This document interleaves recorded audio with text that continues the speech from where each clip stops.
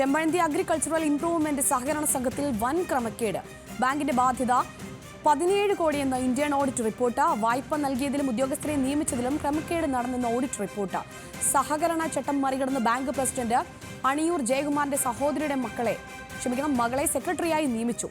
പ്രസിഡന്റിന്റെ ഭാര്യയുടെ പേരിലും സഹോദരിയുടെ പേരിലുള്ള അക്കൗണ്ടിലേക്ക് പണം വന്നിട്ടുണ്ട്.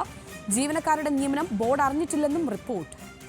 കൂടുതൽ വിവരങ്ങളുമായി തിരുവനന്തപുരത്ത് നിന്ന് ആതിര സരസ്വത് ചേരുന്നുണ്ട്.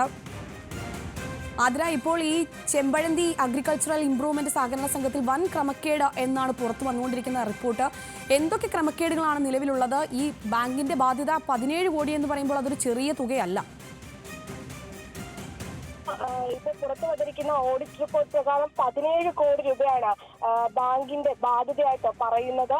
വായ്പ നൽകിയതിലുൾപ്പെടെ ക്രമക്കേട് നടന്നെന്ന് ഓഡിറ്റ് റിപ്പോർട്ട് വ്യക്തമാക്കുന്നുണ്ട്. ഉദ്യോഗസ്ഥരെ നിയമിച്ചതിലും ക്രമക്കേടുണ്ട്. സഹകരണ ചട്ടം മറികടന്നാണ് ബാങ്ക് പ്രസിഡന്റ് ജയകുമാർ സഹോദരിയുടെ മകളെ സെക്രട്ടറി ആയിട്ട് നിയമിച്ചത്. ലോണുകൾ നൽകിയത് പോലും ശരിയായ ജാമ്യം വാങ്ങിയിട്ടില്ല. ഇന്നലെ ബാങ്കിൽ ചെന്നപ്പോഴും ഇത്തരത്തിലൊരു ആരോപണം ബാങ്കിൽ വന്ന ഒരാൾ ഉയർത്തിയിരുന്നു. ഒരു ലോൺ അടച്ചു തീരുന്നതിന് മുമ്പ് തന്നെ വേറൊരു ലോൺ എടുപ്പിക്കുന്നത് പതിവ് രീതിയായിരുന്നു. ഇപ്പോൾ 2 ലോണുകളും അടയ്ക്കാതാകുന്ന ഒരു സ്ഥിതി വന്നിരിക്കുകയാണ്. ഡെയിലി കളക്ഷൻ വഴി ലഭിച്ച പണം കണക്കിൽ ഉൾപ്പെട്ടിട്ടില്ല. സെക്രട്ടറിയുടെ പേരിൽ സ്വകാര്യ അക്കൗണ്ട് തുടങ്ങി പല വായ്പയുടെ തിരിച്ചടവും അതിലേക്ക് വരവ് വെക്കുന്ന ഒരു സ്ഥിതി ഉണ്ടായെന്നും ഓഡിറ്റ് റിപ്പോർട്ടിൽ പറയുന്നു. പ്രസിഡന്റിന്റെ ഭാര്യയുടെ പേരിലും സഹോദരിയുടെ പേരിലുമുള്ള അക്കൗണ്ടിലേക്ക് പണം വന്നതായും ഓഡിറ്റ് റിപ്പോർട്ട് വ്യക്തമാക്കുന്നുണ്ട്. ഇത്തരത്തിൽ ഗുരുതരമായ ആരോപണങ്ങളാണ് ഈ ബാങ്കിനെതിരെ ഉയർന്നത്.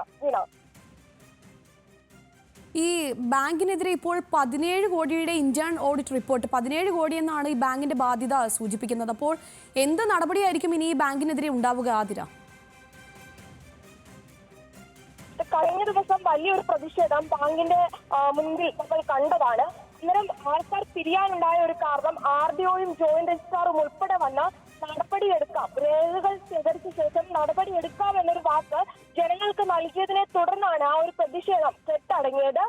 ബാങ്കിനെതിരെ രേഖകൾ പരിശോധിച്ച ശേഷമായിരിക്കും മുൻ നടപടികളിലേക്ക് കടക്കുക.